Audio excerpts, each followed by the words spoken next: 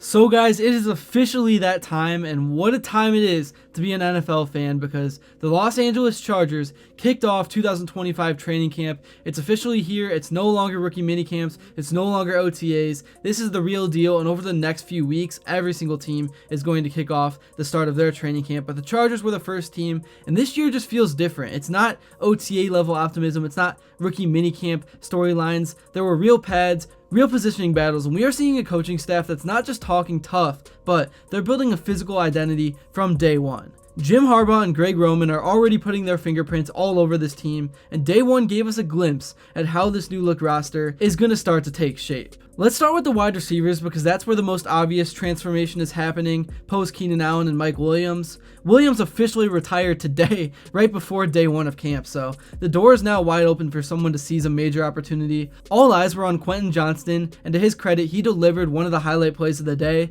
snagging a slick one-handed catch down the left sideline. It is one play, but it's symbolic of what the Chargers need from him this year, and he's not going to be just a rotational guy anymore. He has to be a true difference maker, and he definitely has some big shoes to fill, because I know kind of in his rookie season he was a big meme because his mom quit his job and then he was making all these drops, so he kind of became a joke. But overall, he's a great player. He just needs to be in the right situation. I think this is the perfect scenario for him to finally break out and become the player that everyone knows he can be. Keandre Lambert-Smith, the rookie out of Penn State by way of Auburn, also got some attention. He was a little slow at the top of his route on some of the reps, but overall he still showed off his strong hands, and he has excellent tracking skills. He made a few tough grabs. His speed stands out immediately. He's smooth through his cuts, and you can see why the coaching staff is definitely intrigued by his ability to create space and just kind of play make after the catch. In an offense that's going to lean heavily on play action and quick hitters, Lambert-Smith is tailor-made for the Yak game.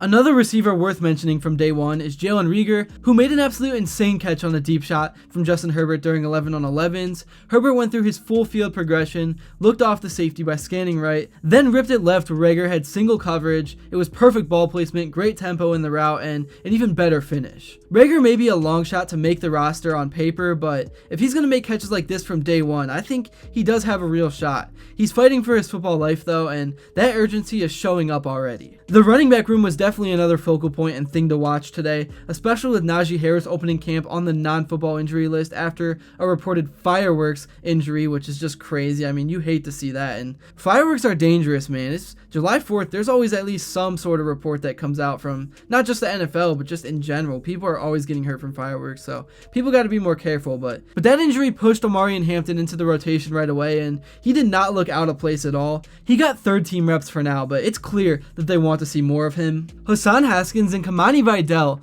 took the bulk of first team reps, but make no mistake about it, Hampton is going to climb this depth chart quickly if he continues to flash the burst and physicality he showed today and is going to continue to show throughout the course of training camp. And then there's Raheem Rocket Sanders, who is a wild card in this group. He's got size, he's got downhill power, and he's built for the inside zone heavy scheme that Greg Roman is installing. He didn't pop off any huge plays today, but it doesn't really matter. His movement skills with his size is definitely what's rare, and if he can stay healthy, he's going to have a real role here in LA, especially in short yardage and red zone situations. One sort of wrinkle in the rookie class involves Trey Harris, who's a wide receiver. He's currently not participating due to his contract situation. It's a common scenario. Rookies want more guaranteed money. Teams want to hedge against injury risk before a deal is signed.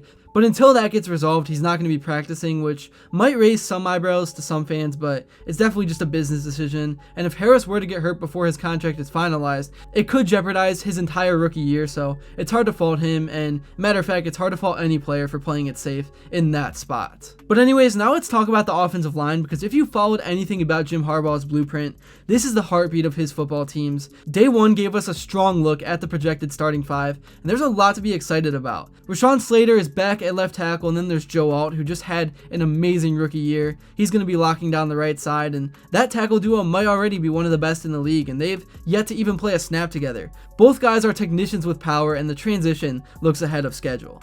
But it's the interior that really shifted this offseason. Zion Johnson has moved inside to center, while Bradley Bozeman, who previously played center, is now working at left guard, and that's a significant change, and it tells us that the staff is serious about getting their best 5 on the field. Bozeman's size and experience gives the line a physical anchor, and Zion Johnson snapping the ball could unlock more movement in the run game, especially if they lean into the wide zone looks that Roman loves. And then there's the addition of former Jet and Eagle Mekhi Becton, who's now wearing number 73. Becton is an absolutely massive human being, and even though he's probably going to rotate in as a swing lineman, you can tell why they brought him in. When he's healthy, he's one of the most dominant run blockers in the league, and in a run-first offense, that kind of depth is invaluable. Harbaugh is stacking maulers up front, and you can already feel the shift away from finesse football to a more physical, trench-first identity. Of course though, everything still starts and ends with Justin Herbert, and day 1 was about as clean as you could ask for. He looked sharp in 7-on-7s and full team periods, spreading the ball around to different targets and showing off the arm talent that we've come to expect, and the most encouraging sign was that he seems comfortable in the new system already. The dropbacks are timed, the reads are layered, and the ball is coming out on schedule. It's early, but this offense feels like it's going to give Herbert the structure he's lacked at times in past seasons. And of course we all know health is a big thing with him, because when he's completely healthy and the O-line is blocking for him, he's one of the most dominant QBs in the league, but when he's getting banged up back there, it's really affected his game. Anyways, the Chargers didn't go out and sign a superstar receiver to replace Allen or Williams. Instead, they're putting faith in their young guys and building an offense rooted in balance, play action, and also efficiency. That's one of the most important parts. This isn't going to be a volume passing attack like years past. It's going to be a system that leans on the run game, moves the chains, and asks Herbert to make efficient, timely throws instead of carrying the entire weight of the team on his back. Defensively, we didn't get a full picture since pads haven't come on yet, but early reps and team drills show the front 7 flying around. Pressure periods were thudded out early, but you can already see the edge group coming into form. There's a different tempo when guys like Thule and Khalil Mack line up opposite of each other. They're not going full speed yet, obviously, but even in simulated pressure looks, their communication and alignment was sharp, and once the pads go on, that battle between the offensive line and front 7 is going to be must watch. What we're seeing already is the early formation of a culture that mirrors everything Harbaugh has preached since arriving a few years ago. Physicality, discipline, and toughness are being prioritized at every level of the roster. This team isn't banking on shootouts or 350-yard Herbert passing days anymore. It's a team built to wear you down, own the line of scrimmage, and close out games with authority. But that's not to say that there won't be any growing pains. There are still question marks, especially at wide receiver beyond Quentin Johnston and Keandre Lambert-Smith. The running back rotation is talented but unproven, and the interior offensive line shuffle will take some time to gel, but the identity is already forming, and for a franchise that struggled with consistency, that's exactly what this new regime was brought in to fix. This is going to be a different kind of Chargers team, less glamour, more grit, and if day 1 of training camp is any indication, that's exactly the type of football Harbaugh intends to bring back to Los Angeles. That's really all I got for this video. Thank you all so much if you made it to this point. I am so excited that football is back. Training camp is going to be so fun to follow across all teams in the NFL. So be sure to hit that like button and subscribe so you don't miss another video. And let me know what you would like to see next. And until then, I will see you all later.